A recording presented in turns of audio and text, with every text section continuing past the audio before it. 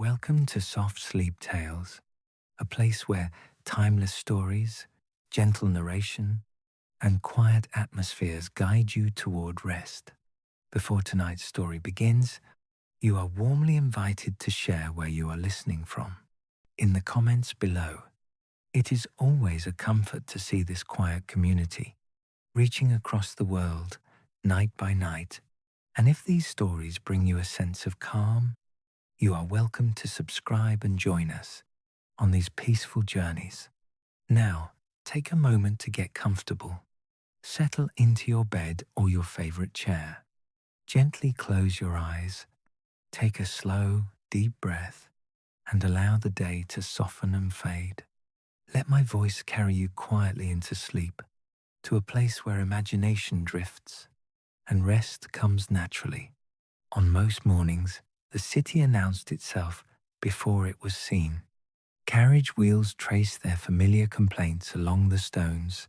Shop shutters answered one another with hollow knocks, and somewhere beyond the river, a bell rehearsed the hour with more confidence than accuracy. Yet within the narrow upper room on Hargreaves Lane, morning arrived quietly, as if unsure it was welcome. The mapmaker had been awake for some time. He sat at his long oak table with his back straight, though not rigid, his posture shaped less by discipline than by habit acquired over many patient years. The room around him was modest, but arranged with a precision that bordered on devotion. Shelves held rolled charts, tied with faded ribbon. Brass instruments rested on folded cloths. Ink bottles stood in careful pairs, their labels worn smooth by fingers that returned to them daily, as if to old acquaintances. A single window looked east. The glass was old and slightly warped, softening the light, so that dawn entered not as a sharp declaration, but as a gradual permission.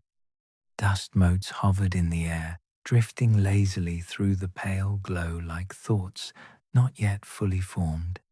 The mapmaker, whose name mattered less than the work he did, had spent his life recording places he would never see, rivers he would never cross, hills whose slopes he knew only by the certainty of contour lines.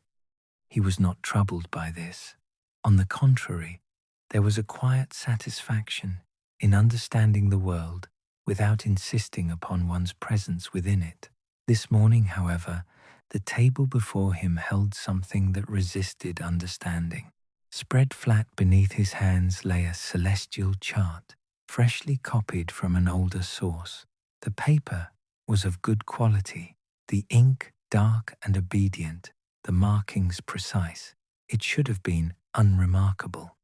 He had drawn countless such charts, patient renderings of the night sky, each star fixed in relation to its fellows, each constellation arranged like a familiar story retold in the same reliable order. And yet, there it was, a small absence. At first, he thought it no more than a lapse in concentration. He leaned closer, adjusting his spectacles, tracing the familiar arc of stars with the tip of his finger. Orion stood where Orion had always stood. The Pleiades clustered obediently together. The northern markers remained steadfast, just as they had been for generations of sailors who trusted their lives to points of distant light. But in the southern quadrant there was a space that did not belong, not a blank, exactly. The paper was marked, the ink intact, but where there should have been a gentle scattering of stars, there was only a careful nothingness, an intentional gap, neatly bordered by certainty on all sides. The mapmaker frowned. Though the expression was mild, more thoughtful than alarmed, he reached for another chart. This one was older, its edges softened by time and handling. The parchment bore the faint scent of oil and smoke, as though it had once been consulted by lamplight aboard a ship that no longer existed. He laid it beside the newer chart, aligning their edges with practiced ease. His finger moved again, retracing the heavens. There, too, the same absence, the same respectful silence where light ought to have been. He straightened slightly, the movement slow, deliberate. A lesser man might have dismissed the matter as coincidence, or worse, as error. But the mapmaker had learned, over a lifetime of careful work, that the most important discoveries rarely announced themselves loudly. They appeared instead as inconsistencies, small disagreements between what was expected and what quietly persisted. He rose from the table and crossed the room, retrieving a third chart from the shelf, then a fourth, then a fifth. Each told the same restrained story. Stars remained faithful to their positions. Constellations behaved themselves. The heavens, it seemed, were in excellent order except for that one particular region, which all the charts treated with identical discretion. The mapmaker returned to his chair. Outside, the city continued its morning rituals, unaware that a portion of the sky had chosen, collectively and politely, to be elsewhere. He folded his hands atop the table and allowed himself the rare indulgence of uncertainty. There was no urgency in him, no thrill of impending revelation, only a steady curiosity, the kind that had guided his hand for decades. Stars did not simply vanish. They were too reliable for that. If they were absent here, then they must be present somewhere else. The thought settled into him with surprising calm. He looked again at the maps, not as diagrams now, but as invitations, not to travel. He had never been fond of that notion, but to notice, to follow the faint thread of implication that stretched from one omission to another, leading not upward into the night sky, but outward, across the surface of the world he knew so well on paper. Somewhere, he suspected, there was a place that accounted for this absence. Somewhere, a geography existed that no one had thought to draw. The mapmaker reached for his notebook and opened it to a clean page. The paper waited patiently. Ink hovered at the pen's tip, held there by a steady hand. He did not write at once. Instead, he listened to the room, to the distant city, to the quiet conviction forming within him. It was not excitement that he felt, nor dread, but something gentler and far more enduring, the sense that he had come upon a margin of the world, and that margins, once noticed, had a way of asking to be explored. The mapmaker did not leave his workshop that morning. Instead, he remained where he was, seated at the table, as the light slowly strengthened, allowing the room to reveal itself more fully. The grain of the wood emerged beneath his palms. The edges of the charts grew sharper. Even the dust seemed to settle into clearer shapes, as though the day itself wished to be properly accounted for. He turned the notebook toward himself and, at last, began to write. Not conclusions, never conclusions at the start, only observations. He noted the coordinates of the absent stars with careful exactness, recording their expected positions as faithfully as their omission allowed. He wrote the dates of the charts in which they appeared, or rather, failed to appear. He listed their sources, their origins, their owners, old naval records, private collections. One chart, faint and brittle, that had once belonged to a surveyor who vanished somewhere between Lisbon and the Cape. The mapmaker paused over that detail. Vanishing was an imprecise word, one he usually avoided. People were either lost, drowned, retired, or accounted for. To vanish suggested a certain lack of cooperation on the part of the world. And yet, the word had been written in the margin of the surveyor's final record, in a hand that trembled just enough to suggest cold rather than fear. He closed the notebook gently and leaned back in his chair. Through the window, the city had fully awakened. A milk cart rattled past below. Somewhere, a door slammed. A woman laughed briefly, and then not at all. These sounds did not intrude upon his thoughts. They merely accompanied them, like a familiar refrain beneath a new melody. The mapmaker rose again, this time with purpose, and approached a tall cabinet near the far wall. It was older than the rest of the furnishings, its drawers labelled in a tidy script that had been his own, once upon a time. He opened one marked Maritime Irregular Routes and began to sift through its contents. There were charts here that respectable institutions preferred not to display, routes that curved strangely, coastlines that refused to align, notes in the margins that hinted at islands seen at dusk and gone by morning. Such documents were not officially dismissed, but neither were they encouraged. They lived, instead, in drawers like this one, acknowledged, quietly, consulted, rarely. After some moments, he found what he had hoped to find. It was not a map, but a journal. The cover was plain, the binding worn smooth by salt and time. Inside, the handwriting shifted from confident to uncertain, then back again, as though the writer had been negotiating not merely a journey, but an understanding with himself. The mapmaker carried the journal back to the table and opened it carefully. Most of the entries were unremarkable. Dates, bearings, weather conditions noted with the weary thoroughness of a man accustomed to the sea's indifference.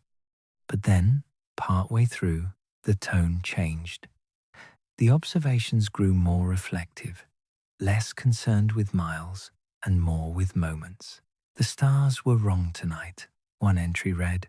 Not missing, only displaced. The mapmaker's eyes lingered on the word. Further on, another line. We passed beneath a sky that seemed incomplete, though the sea remained perfectly content.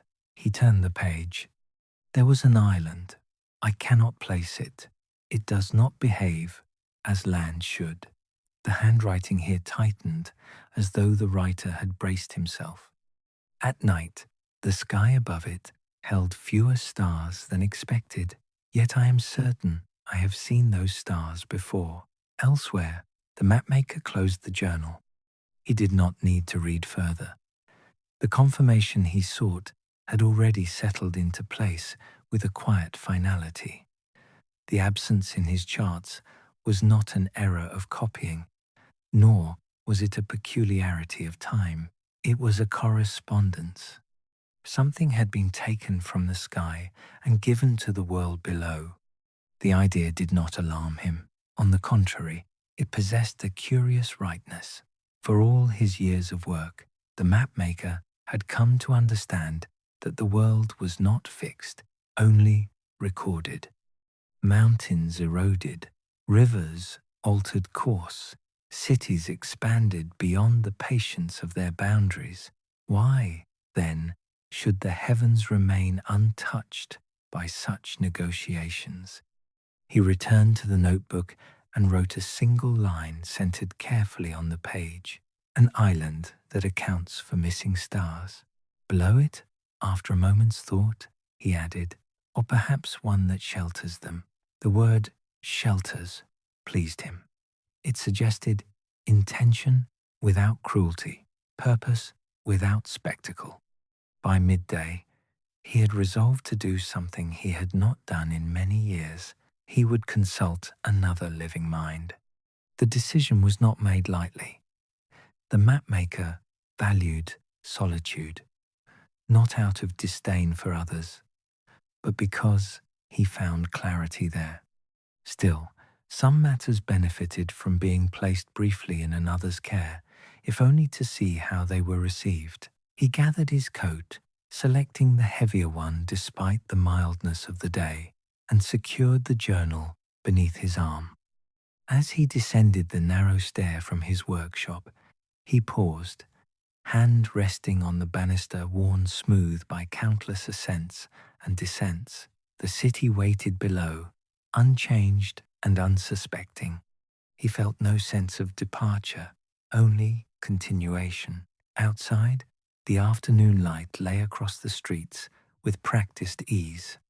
The mapmaker turned toward the river, his steps unhurried, his thoughts aligned not with destinations, but with questions that had begun, gently and persistently, to ask for answers. And somewhere beyond the reach of maps both old and new, an island waited beneath a sky that had learned to keep its own counsel. The river moved with the patience of something long accustomed to being observed. Its surface caught the afternoon light in narrow, shifting bands, each reflection dissolving as quickly as it formed. Barges drifted past with unhurried dignity, their crews speaking little, as though the water itself preferred restraint. The mapmaker walked alongside it for some distance before turning inland, toward a quarter of the city he visited rarely, but never without purpose. There were places in London where information gathered naturally, settling into corners like dust, small shops, back rooms, tables, where men lingered long after their cups had gone cold. One such place stood just beyond the warehouses, marked only by a modest sign whose lettering had been repainted too many times to be elegant. Inside, the air was warm and faintly scented with ink and damp wool. The proprietor, a man of indeterminate age, whose life appeared to have been spent largely behind the same counter, looked up as the mapmaker entered. Recognition came slowly, then fully, accompanied by a nod that carried neither enthusiasm nor indifference, but something more durable. "You've not been down this way in some time," the man said. "I have not had reason," the mapmaker replied, removing his gloves with care. "And now you do." The mapmaker smiled, faintly. "I believe so." He did not order tea at once. Instead, he allowed himself a moment to observe. A few patrons sat scattered through the room, each engaged in their own quiet preoccupations. A man near the window studied a folded paper with exaggerated seriousness. Another, closer to the back, stared into his cup as though expecting it to speak. The mapmaker selected a table near the wall and set the journal upon it, resting his hand atop the worn cover. When the proprietor returned with tea unasked for, he accepted it with a small inclination of the head. "There are things you hear," the mapmaker began, once the man had settled opposite him. "Things that do not quite fit, but persist nonetheless." The proprietor's expression did not change, though his eyes sharpened slightly. "Depends on the thing," he said. "I am interested," the mapmaker continued, "in reports of places that are not easily found again. Islands, in particular." A pause followed, not long, but considered. "People misplace islands all the time," the man said at last. "Fog, fatigue, bad instruments. The sea has a talent for rearranging memory." "Yes," the mapmaker agreed.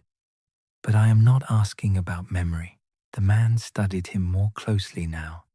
"Then, what are you asking?" The mapmaker opened the journal and turned it so that the other could see the relevant page. He did not point. He did not explain. He merely allowed the words to exist between them. The proprietor read in silence. When he finished, he leaned back slightly, as though adjusting the weight of what he had taken in. "I have heard something," he said slowly. "Not often, and never from men who wished to be overheard." He paused, then added, "They speak of an island that does not announce itself. You do not sail toward it. You arrive without noticing the moment of arrival." "And the stars?" the mapmaker asked. The man nodded. "They say the sky there is thinner, not darker, just less occupied." The mapmaker closed the journal. "Do they say why?" "No," the man replied. "Only that the place feels complete. In a way, most places do not." The word settled between them. Complete. Outside, a cart passed, its wheels striking the stones with irregular rhythm. Inside, neither man spoke for a while. There are people, the proprietor went on, who believe that certain locations gather what the rest of the world sheds. Forgotten intentions, abandoned hopes, small, unfinished things, and stars, the mapmaker said quietly. The man smiled, but it was not amusement that shaped the expression. Perhaps. The conversation did not continue much beyond that. There was no list of directions offered, no map drawn upon the table. Such things, the mapmaker sensed, would have been inappropriate. The island he sought did not respond to being pursued in the usual manner. When he left the establishment, the light had begun to change. Late afternoon softened the city's edges, lending even the most severe buildings a measure of grace. He walked without haste, allowing his thoughts to arrange themselves. By the time he reached his workshop once more, he had come to a quiet conclusion. If the island could not be found by navigating toward it, then it must be approached differently, not by longitude and latitude alone, but by correspondence, by alignment. He climbed the stairs and entered the room as he always had, but now the space felt subtly altered, as though it had been waiting for this shift in his understanding. He cleared the table of its usual instruments and brought out a large blank sheet of paper, larger than he typically permitted himself to use. He did not begin with coastlines. Instead, he marked the absent stars, carefully, respectfully, one by one. As the points emerged on the page, an unfamiliar sensation accompanied the work, not excitement, not fear, but something akin to recognition. The arrangement suggested not emptiness, but shape, not loss, but gathering. Slowly, tentatively, he began to draw around them, and for the first time in many years, the mapmaker felt that he was not merely recording the world as it had been described to him, but listening for how it wished to be known. The act of drawing without a destination required a different sort of patience. The mapmaker worked into the evening, the room darkening around him as daylight withdrew with quiet politeness. He did not light the lamp at once. Instead, he allowed the dimness to settle, trusting his familiarity with the space. His hands knew the table, his eyes knew the page, and the stars, those carefully placed absences, seemed to hold their positions even as the light faded. Only when the details demanded greater precision did he strike a match and coax the lamp to life. The flame steadied, casting a warm circle that enclosed the work without isolating it from the room. Shadows gathered respectfully at the edges, as though aware that they had no part to play here. The emerging shape on the paper was unlike any coastline he had drawn before. It did not follow the habits of land.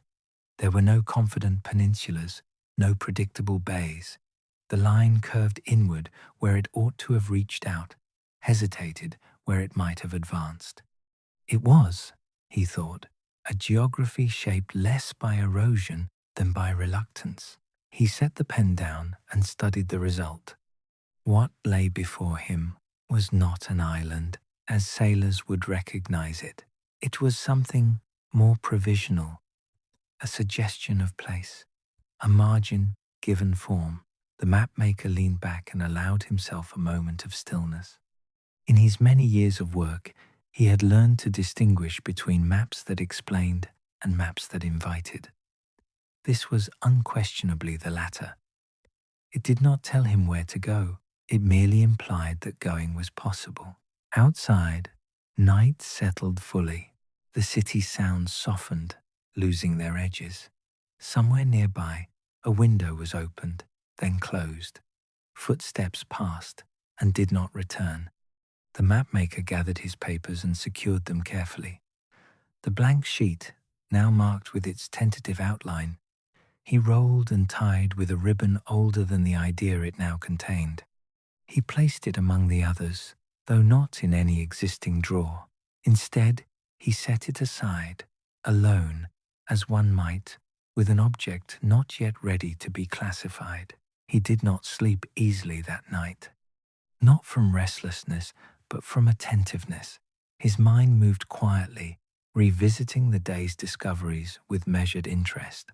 The island did not intrude upon his thoughts so much as accompany them, like a presence, content to remain just within reach. When morning came, it arrived with a thin mist that clung to the rooftops and softened the streets below. The mapmaker stood at the window, observing the city as he always did, noting how it revealed itself differently each day without ever quite changing. He dressed and prepared tea, then returned to the table. Today, he would not draw. Instead, he would listen. There were records to consult, not official ones, but personal accounts. Letters kept for reasons no longer remembered. Marginal notes that had outlived their authors. The sort of materials that resisted cataloguing, but rewarded patience. He began with a small box retrieved from beneath the shelf. Its contents accumulated over years without a unifying purpose. Inside were folded pages, ticket stubs, fragments of correspondence whose significance had once seemed uncertain. One letter, yellowed and thin, caught his attention. It was addressed in a careful hand and postmarked decades earlier. The message itself was brief, almost apologetic. "I have arrived somewhere I cannot explain," it read. "I do not believe I am lost. On the contrary, I have never felt more precisely placed." The remainder of the page was blank. The mapmaker read the letter twice, then set it aside. Another note followed, written in a different hand. "The stars were all wrong, but I slept better than I have in years." He closed his eyes briefly, not in fatigue, but in acknowledgement. These were not navigational errors. They were experiences that resisted correction. By mid-morning, a pattern had emerged. The accounts differed in detail, but not in tone. None spoke of fear. None described urgency. There was, instead, a shared sense of arrival without explanation and departure without regret. The mapmaker felt something shift within him, subtle but decisive. If the island gathered what the world released, then it was not merely a place, it was a function. A quiet answer to a question most people did not know they had asked. He reached for his notebook and wrote, "Some places are not meant to be found by those who are searching. They receive only those who are ready to stop." The thought did not trouble him. On the contrary, it clarified something he had long suspected about his own life. He had spent decades tracing the edges of the world, content to remain just outside the experiences he recorded. Perhaps, without realizing it, he had been preparing for a place that asked nothing more than presence. The mapmaker folded the notebook closed and looked once more at the rolled chart. He did not yet know how he would reach the island, nor did he feel any urgency to decide. Some journeys, he knew, announced themselves only after sufficient stillness had been achieved. For now, it was enough to know that the island existed not as a destination to be claimed, but as a possibility to be honored. And somewhere beyond the reach of ordinary stars, beneath a sky that had learned to hold its light in reserve, the island of lost stars remained quietly attentive. It was not the island that occupied the mapmaker's thoughts that morning, but his own handwriting. He had always taken pride in its steadiness. Each letter was formed with deliberation, neither hurried nor ornamental, shaped by years of copying names whose spelling mattered deeply to people he would never meet. Yet as he opened his notebook and reviewed the most recent pages, he noticed a subtle change. The lines leaned ever so slightly inward. It was not enough to suggest weakness. nor age. It was something else, a gentle inclination, as though the words themselves were listening. He closed the notebook and set it aside. For the first time in many years, the mapmaker found that his usual routines did not immediately present themselves.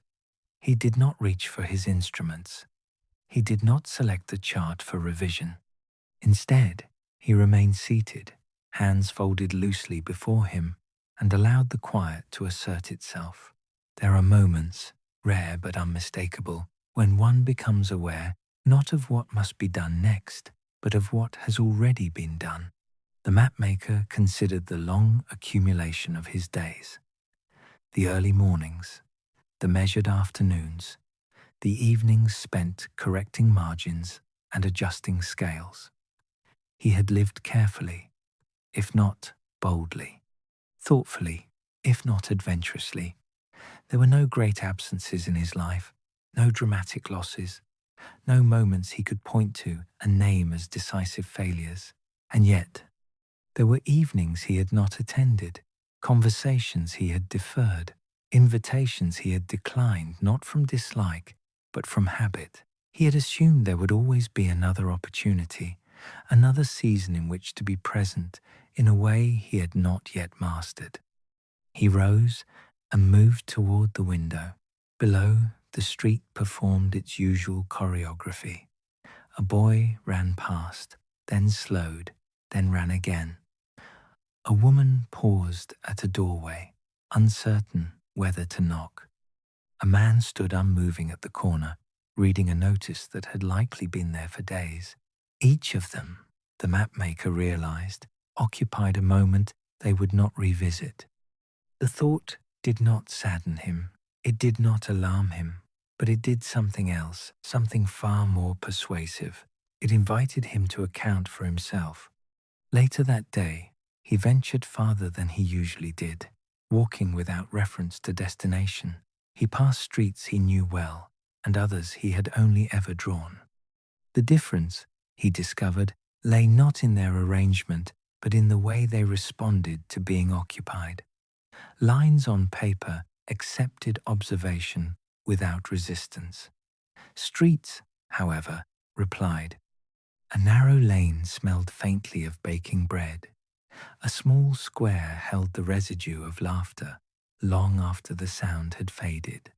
Even the river, when glimpsed between buildings, seemed less an object than a presence, patient, enduring, unconcerned with how it was represented. As dusk approached, the mapmaker found himself standing before a modest lodging house he had passed countless times without noticing. The windows were lit, curtains drawn halfway, not in secrecy, but in comfort. A small sign near the door announced vacancies in lettering that suggested it had been repainted by different hands over many years, each preserving the general shape of the words without insisting on uniformity. He did not go inside. Instead, he stood for a moment longer than was strictly necessary, observing the building as one might observe a chart whose significance had only just become apparent. This place, he sensed, had welcomed many arrivals and few explanations. It did not demand stories. It accepted presence. He continued on. By the time he returned to his workshop, night had fully claimed the city. The room greeted him as it always had, but with a difference he could not immediately name. The shelves, the table, the instruments, all remained unchanged, and yet the space felt less like a refuge and more like a threshold. He lit the lamp and sat. The rolled chart waited where he had placed it. The mapmaker did not unroll it at once. Instead, he rested his hand upon it, feeling the faint resistance of paper and ribbon beneath his fingers. He considered, with careful honesty, the life he had mapped and the one he had not. Perhaps, he thought, the island did not gather lost stars alone. Perhaps it gathered those who had learned, at last, to notice what they had been circling all along. He untied the ribbon. The chart opened smoothly, as though accustomed to being revealed. The tentative outline remained as he had left it, patient and incomplete. He traced it once more, not with the intent to refine, but to remember. Then, beneath the drawing, he added a small note written in the same steady hand that had served him for decades. To reach this place, one must arrive with nothing left to postpone. The mapmaker set the pen down. Outside, a single star appeared between drifting clouds, faint but resolute. He watched it for some time, not as an object to be recorded, but as a companion in quiet persistence. The island had not yet asked him to come, but for the first time, he suspected he would be ready when it did. Preparation, the mapmaker discovered, did not resemble departure. There were no lists to be written, no trunks to be filled with objects whose purpose would later be questioned. He did not announce his intentions, for there was no one to whom such an announcement would have felt appropriate. Instead, preparation took the form of quiet rearrangement, small acts that acknowledged change without insisting upon it. He began by clearing a single drawer.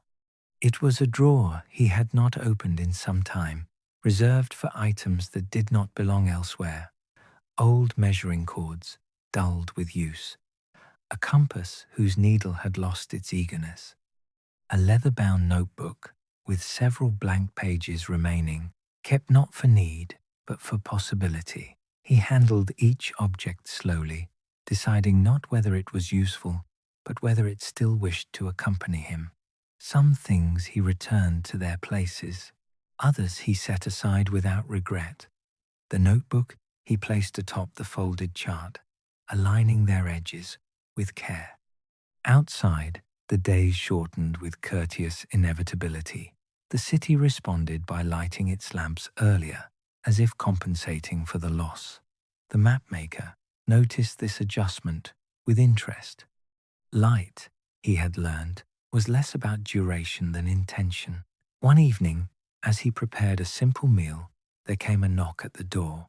The sound was measured, neither hesitant nor insistent. The mapmaker paused, knife resting on the board, listening. Few people called upon him unannounced. Fewer still did so without purpose. He wiped his hands and crossed the room, opening the door to reveal a man he recognized at once, though they had not spoken in years. The visitor removed his hat with an ease that suggested familiarity rather than intimacy. "I was passing," the man said, "and I thought I might look in." The mapmaker inclined his head. "You are welcome." They sat together at the table, sharing tea without ceremony. The visitor spoke first of ordinary matters, the weather, the river's current, a shipment delayed by tides that refused to be hurried. The mapmaker listened, responding where required, but sensing the conversation's true direction long before it arrived. Eventually, the man's gaze drifted to the roll chart. "You've been working on something new," he observed. "Yes," the mapmaker replied. "Something unfinished." The mapmaker smiled faintly. "Most worthwhile things are." The visitor did not press. He had learned, over years of acquaintance, that some inquiries were best left open. Instead, he spoke of a vessel that would be leaving the docks in a few days' time. Not a large ship, nor a fast one, but reliable. Its captain was known for patience rather than ambition. "It goes where it needs to," the man said. "Not always where it intends." The mapmaker considered this. "Does it have a destination?" he asked. The visitor shrugged. Eventually, they drank their tea in companionable silence. When the man rose to leave, he paused at the threshold. "Some places," he said, not turning back, "do not care how one arrives, only that one does." The door closed softly behind him. That night, the mapmaker slept without restlessness. The city's sounds receded into a gentle murmur, and his thoughts followed suit. He did not dream of stars or islands or maps. He dreamed instead of rooms filled with light whose source was never quite visible. The next morning, he folded his chart and secured it once more. He placed the notebook alongside it, then wrapped both in oilcloth, binding the bundle with twine, whose knot he tested twice before setting it down. He left the workshop much as he always had, locking the door with familiar care. The key turned smoothly in the lock, and for a moment he stood listening to the mechanism settle into place. It did not feel like an ending. The walk to the river took him past streets he knew by heart. Some he crossed without pause. Others slowed him, inviting a glance, a memory, a brief acknowledgement. He accepted these invitations without dwelling upon them, aware that recognition did not require possession. At the docks, the air carried the scent of salt and tar, of wood dampened by tides that observed no schedule but their own. The vessel the visitor had mentioned lay moored with unassuming confidence. Its lines were clean, its deck orderly, without rigidity. The mapmaker did not board at once. He stood at the edge of the quay, watching the water move, noticing how it reflected the sky in fragments rather than wholes. Above him, clouds passed with deliberate slowness, revealing and concealing patches of pale blue. Somewhere beyond the visible horizon, an island waited not in expectation, but in readiness. And for the first time, the mapmaker understood that he did not need to know when he would arrive, only that he had begun. The vessel departed without ceremony. There was no gathered crowd, no shouted farewells carried theatrically across the water. A rope was loosened, a plank drawn back. The slow, deliberate creak of wood against wood marked the only acknowledgement that something had shifted. The mapmaker stepped aboard with the same unremarkable care he had applied to every other decision in recent days. The ship accepted him without comment. Its deck bore the signs of use rather than display scuffed boards, ropes softened by weather, fittings maintained not for pride but for trust. A man passed carrying a coil of line and nodded once, neither curious nor indifferent. On this vessel, it seemed, presence was sufficient explanation. The mapmaker found a place near the rail and set his small bundle at his feet. He rested one hand upon it, not from fear of loss, but from a desire to confirm its reality. The oilcloth was cool beneath his palm, faintly scented with the workshop he had left behind. As the ship eased away from the quay, the city withdrew with practiced restraint. Buildings diminished, their details dissolving into suggestion. The river widened, and with it the sense that one thing had ended and another less defined had begun. The mapmaker did not watch the city disappear. Instead, he turned his attention to the water.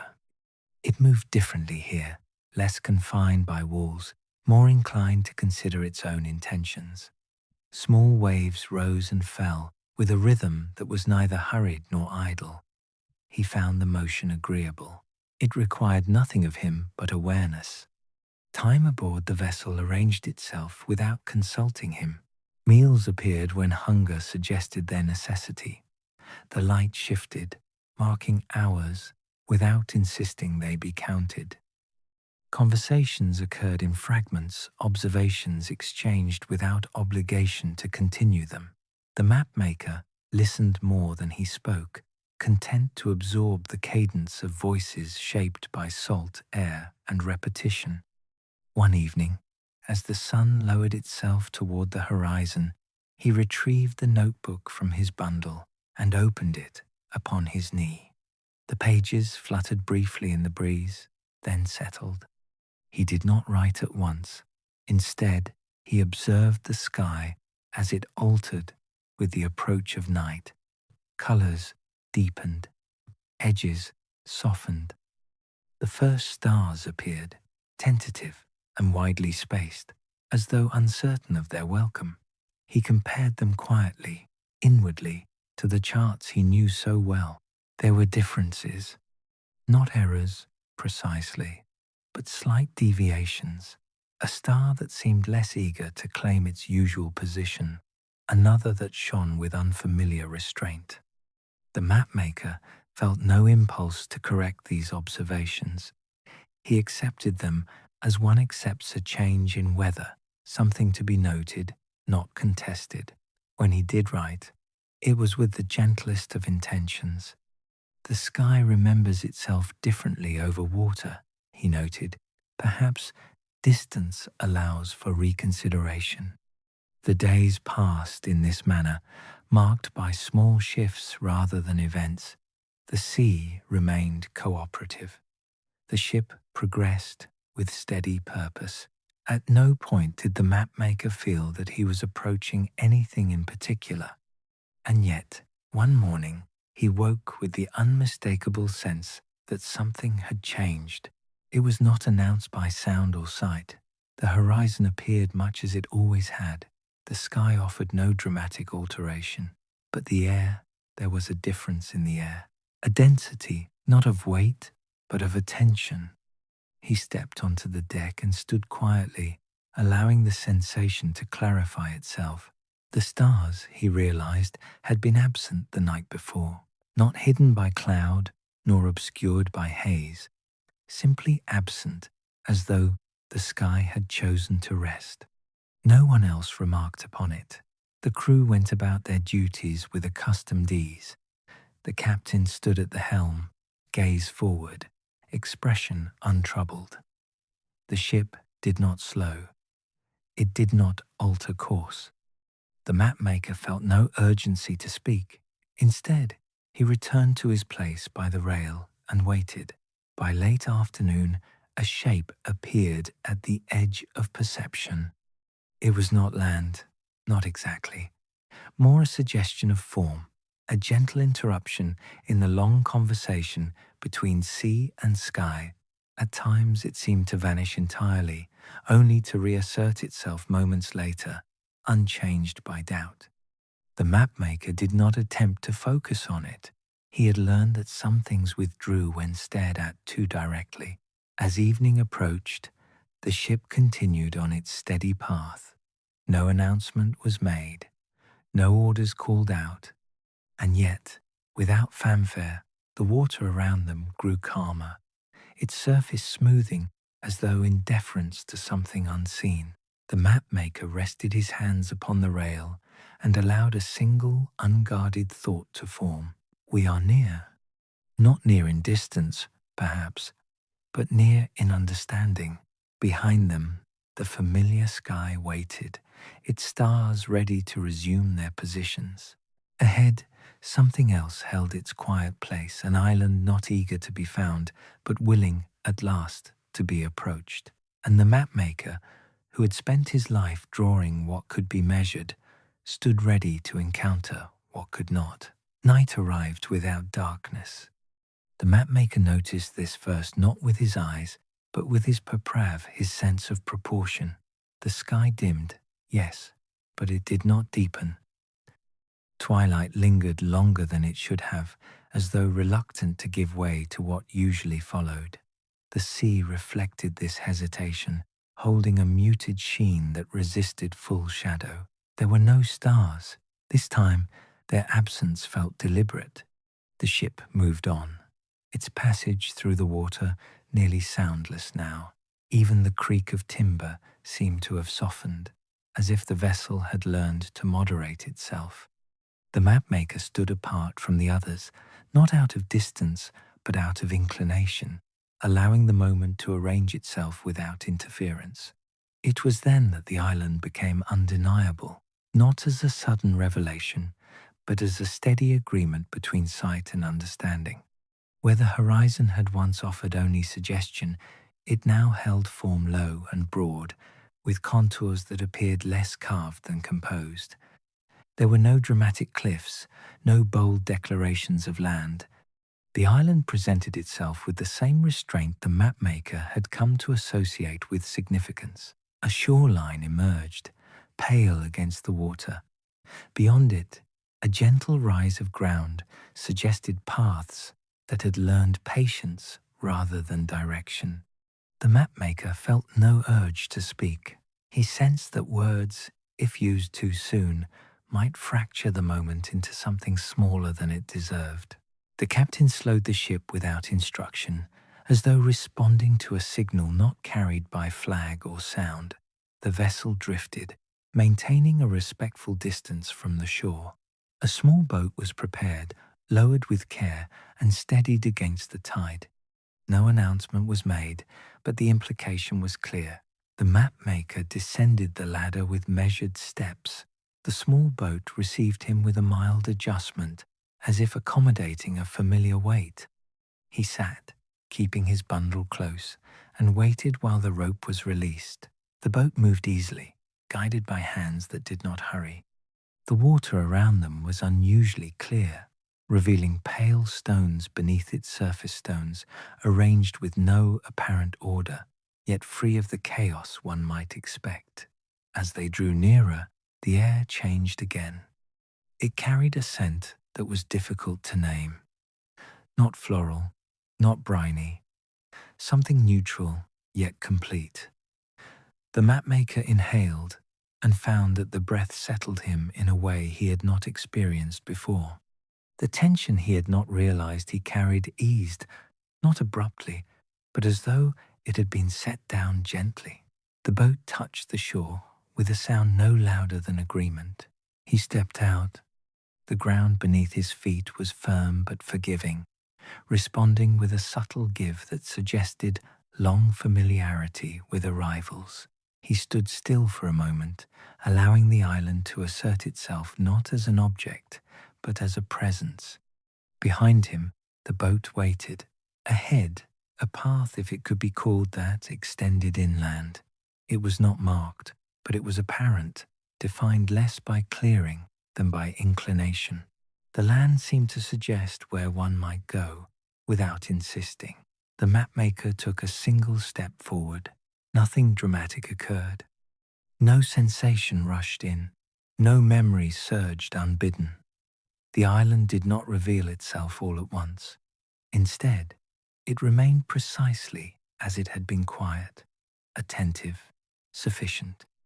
He walked slowly, noting the way the ground inclined and leveled with unself-conscious grace. The landscape bore signs of habitation without evidence of industry. Stones arranged for sitting. Low structures that suggested shelter without enclosure. A lamp unlit, placed where light would be useful, not decorative. He came upon a small rise and paused. From here, the island revealed its sky. It was not empty. That was the first realization. It was simply selective. Where stars might have crowded for attention, here there were fewer points of light, each one distinct, deliberate. They did not blaze. They remained steady and unconcerned with recognition. The mapmaker felt a quiet certainty settle within him. These were the lost stars, not extinguished, not diminished, merely relocated, as one relocates a thought that has served its purpose elsewhere. He sat upon a low stone and allowed the understanding to unfold without haste. The stars above did not shift. They did not respond. They required nothing of him but acknowledgement. At length, he reached for his notebook. He did not draw. He wrote only this: "Some lights do not wish to be followed. They wish to be kept." He closed the notebook and looked again at the sky. The island remained silent, but it was not indifferent. It watched without judgment, offering no explanations, only space. And for the first time in his life, the mapmaker did not feel compelled to record what lay before him. He was content to be recorded by it. The island did not greet him. This, the mapmaker understood, was its first courtesy. There were no signs announcing arrival, no structures positioned to impress or instruct. The land extended inward with the same quiet composure it had shown from the shore, revealing itself gradually as one does when confident that patience will be rewarded. He walked without counting his steps. The path, if such a word applied, curved gently, guided by the slope of the ground rather than by design. Grass grew in careful abundance, neither wild nor trimmed, as though it had reached an agreement with those who passed over it. Here and there, stones emerged from the earth, smooth and rounded, placed not as obstacles, but as invitations to pause. After some distance, he noticed movement, not sudden, not cautious, simply present. A figure stood a little way ahead, near a low structure whose purpose was not immediately clear. The person did not turn at once, nor did they appear startled by his approach. They moved with the unhurried assurance of someone long accustomed to being exactly where they were. The mapmaker slowed. When the figure did turn, their expression held neither curiosity nor recognition. Instead, there was a calm attentiveness, as though they had been expecting something, though not necessarily him. "Good evening," the person said. The voice was neither young nor old.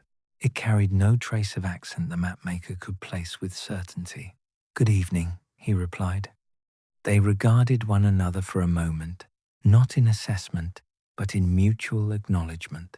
The mapmaker was struck by the absence of questions, no inquiry as to his name, no concern for how he had arrived. "You may sit, if you wish," the person said, gesturing toward a stone nearby. He accepted the invitation. From this vantage, the island sky was partially visible between gentle rises of land. The stars held their quiet positions, unconcerned with the exchange below. "Is this your home?" the mapmaker asked. The person considered the question. "It is where I remain," they said at last. "And before?" The reply came without hesitation. "Elsewhere." The mapmaker nodded. He found the answer sufficient. They sat together in companionable silence, the space between them unburdened by expectation. The mapmaker noticed that the structure nearby, a modest shelter open on one side, contained a few simple objects: a bench, a lamp, a folded cloth. Nothing that suggested permanence, yet nothing that implied neglect. "Many arrive as you have," the person said eventually, "without certainty, with questions that no longer wish to be answered." "And do they leave?" the mapmaker asked.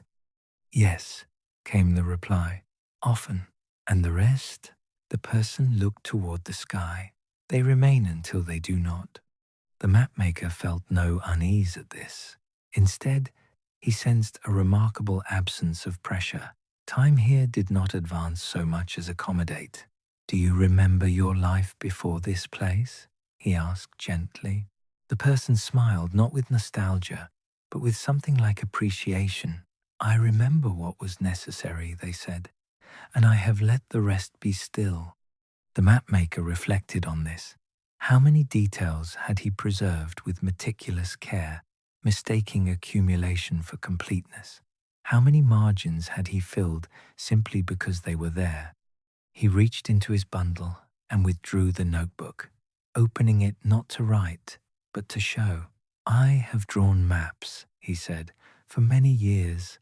The person glanced at the page, then back to him. "And now?" "I am not certain," the mapmaker replied. "That is often the beginning," the person said. They rose together, without agreement or signal, and continued along the path. As they walked, the island revealed small signs of habitation: a pair of boots left near a stone, a kettle warming over embers that required no tending, a length of cloth draped where the air moved most kindly. Each object appeared precisely where it was needed, and nowhere else. The mapmaker realized, with a quiet clarity, that nothing here asked to be owned. As night deepened, if it could be said to deepen at all, the stars maintained their gentle restraint. He felt their presence less as points of light than as witnesses, content to observe without commentary. When they reached a clearing, the person stopped. "This is a place where people often pause," they said. The mapmaker looked around. There was nothing remarkable about it, no marker, no feature to command attention. And yet, it felt complete. He sat, folding his hands, and allowed the stillness to take its place around him. For the first time since his arrival, he did not feel the impulse to understand. He felt, instead, the permission to remain. The clearing held its quiet like a vessel holds water. The mapmaker could not have said how long he remained there. Time on the island did not divide itself into portions that asked to be counted. It expanded or contracted according to attention, and for a while his attention rested easily, requiring no structure. Eventually, others appeared. Not all at once, and not in a manner that suggested arrival. They simply became present, one by one, emerging along the gentle inclines or from between the low structures scattered across the land. Each person moved with the same unhurried assurance he had observed before, as though they had learned the advantage of neither anticipating nor delaying. They did not gather around him. They did not speak among themselves. Instead, they took places within the clearing, sitting or standing where it felt natural, forming no circle and no line. The mapmaker watched without intrusion. One man sat a short distance away, his hands folded loosely in his lap. His coat was well made but worn smooth at the elbows, as though it had been favored for thoughtful use rather than display. He gazed at the ground with a mild concentration, tracing patterns in the soil with the tip of his boot. Nearby, a woman stood beside a low stone, her posture relaxed, her gaze lifted toward the sky. She did not seem to be counting the stars, nor comparing them to anything she remembered. She looked as one looks when no comparison is required. A third figure, older, perhaps, though age here was difficult to assess, leaned against the trunk of a small tree whose leaves made no sound when stirred by the breeze. His eyes were closed, but his expression suggested wakefulness rather than rest. The mapmaker sensed that each of them carried a history, but none of them carried it openly. Their pasts were not concealed, but neither were they displayed. They existed, it seemed, in a state of respectful containment. After some time, the man with the worn coat spoke. "I used to measure my days by the distance between trains," he said. His voice was calm, unembellished. "If I missed one, the day felt unfinished." No one responded at once. The statement did not require acknowledgement. "I came here after missing the last one," the man continued, "not because I was late, because I stayed." The mapmaker felt the words settle, not as information, but as alignment. The woman near the stone spoke next.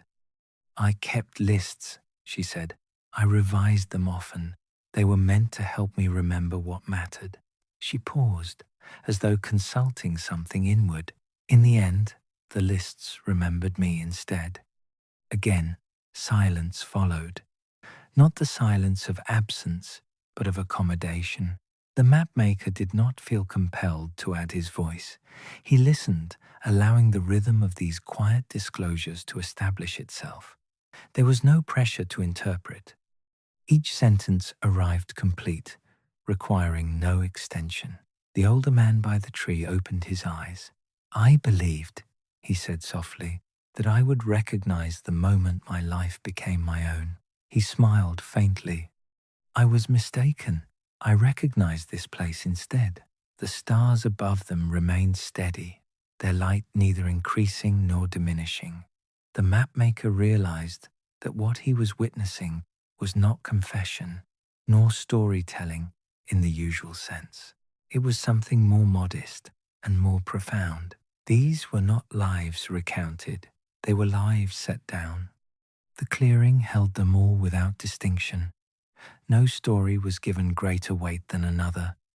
No moment demanded precedence. The island accepted each account not as evidence, but as completion. At length, the mapmaker spoke. "I have drawn maps," he said, his voice carrying no more than necessary. "I believed that if something could be placed accurately enough, it would be understood." The others turned toward him not with expectation, but with presence. "I am learning," he continued, "that some things do not wish to be placed. They wish only to be allowed." The woman nodded once. "Yes," she said, "that is why this place exists." The mapmaker looked around the clearing at the land that had gathered these people without demand or explanation. He thought of the absent stars, of their careful relocation, of the sky above the island that held them not as spectacle, but as stewardship. He felt no urge to open his notebook. Instead, he rested his hands upon the ground beside him, feeling the cool steadiness of the earth. It did not respond. It did not need to. For the first time in his life, the mapmaker was not observing in order to record. He was observing in order to remain, and the island, attentive and unassuming, allowed him this without question. The mapmaker woke before he realized that sleep had ended. There was no moment of separation, no clear boundary between rest and waking. One state had simply yielded to the other, as gently as tide to shore. He lay still for a time, his awareness expanding without effort, until the island returned to him not as a place, but as a condition. Light filtered into the space where he rested, though there were no windows to admit it. It was a diffuse presence, even and unassuming, touching nothing with insistence. He sat up slowly and found himself beneath a simple shelter he did not remember entering, though its familiarity suggested he had done so without deliberation. Outside, the island waited. He stepped into the open air and breathed deeply. The breath did not travel far. It settled almost immediately, as though the air itself preferred closeness. The stars were still visible, though fewer than before. Some had withdrawn, leaving small intervals of darkness that felt intentional rather than vacant.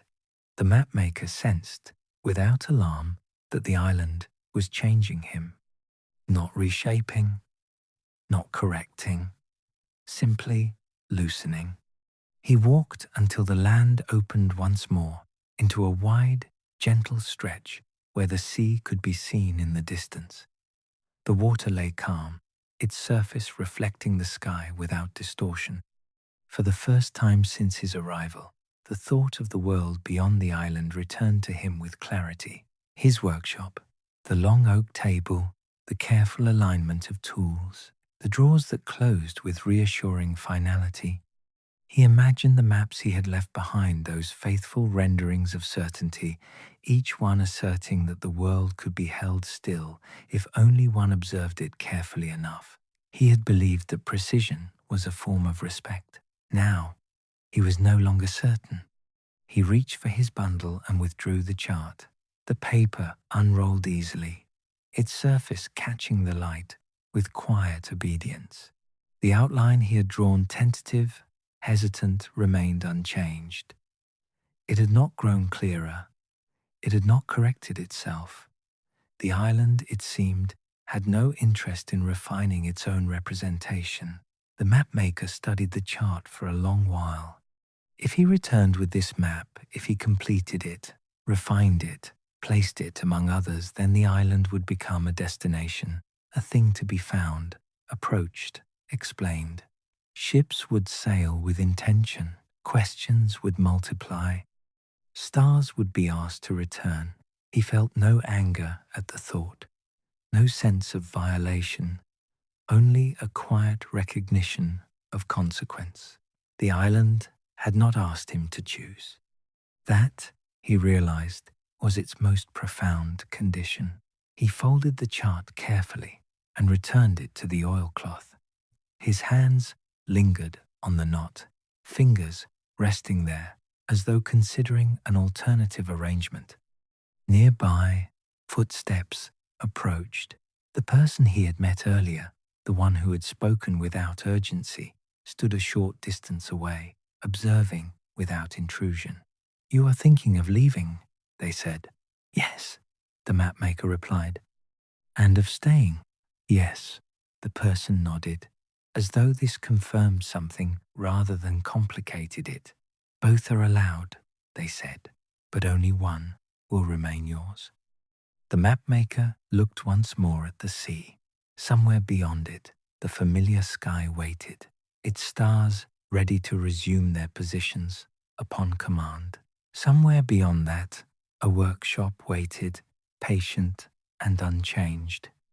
And here was a place that required no record. He closed his eyes briefly, not to decide, but to listen for what remained when decision fell silent. When he opened them again, the island had not altered itself to accommodate him. It had never intended to. The decision, when it came, did not arrive as a conclusion. It arrived as a release. The mapmaker stood at the edge of the island where land gave way once more to water. Morning, or something closely resembling it, rested lightly upon the sea, tinting its surface with a pale, undecided glow. The vessel that had brought him here waited at a respectful distance, neither approaching nor withdrawing, as though aware that its purpose was not to insist. He held the chart in his hands. The paper felt as it always had, familiar, responsive, ready to be shaped by certainty. The outline of the island remained incomplete, suspended between intention and restraint. With a few additional lines, a careful refinement of scale, it could become authoritative, useful, convincing. He did not add them. Instead, he folded the chart once more, slower than before, as though allowing the act itself to speak. He returned it to the oilcloth and tied the knot carefully, not to secure the contents, but to acknowledge them. The island watched without comment. There was no farewell offered. No voice rose to remind him of what he would lose by leaving, nor what he might gain by staying. The stars above those patient, relocated lights remained exactly where they were, uninterested in the outcome. The mapmaker stepped into the small boat. The water accepted the oars without resistance, and the distance between shore and vessel closed gently, without urgency or reluctance. When he climbed aboard, no one asked him where he had been. No one examined his bundle. The ship turned, slowly, and began its unremarkable passage back toward the world that knew how to be drawn. Days passed. The sky resumed its familiar habits. Stars returned to their expected places, behaving as though nothing unusual had occurred. The mapmaker observed them with renewed attentiveness, not to correct them, but to greet them as one greets old acquaintances after a long absence, grateful, but no longer dependent. When the city reappeared on the horizon, it did so without ceremony. His workshop stood as he had left it. The lock turned, the door opened, dust lay where it had always lain. The table waited. The mapmaker unpacked his things carefully. The notebook he returned to its shelf, the instruments to their places. The bundle, however, he did not open. Instead, he placed it in a drawer that had previously held nothing of importance and closed it without label or explanation. In the days that followed, he resumed his work. Maps were drawn, charts were corrected, requests were fulfilled with the same precision he had always offered. To any observer, nothing had changed, but those who looked more closely might have noticed certain absences. A coastline left deliberately vague. A star marked with less insistence than before. A margin allowed to remain open. The mapmaker no longer believed that completeness was the highest virtue. Some evenings, when the work was done and the light had softened enough to permit reflection without glare, he would step to the window and looked toward the sky.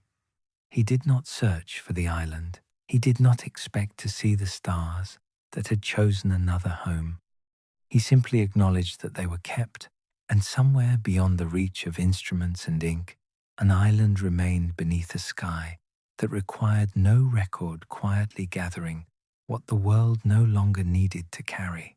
The mapmaker did not return, nor, he understood at last, did he need to, for he had learned that not every place must be found to be known, and not every star must be followed to be remembered, and that, perhaps, was the most faithful map he would ever make.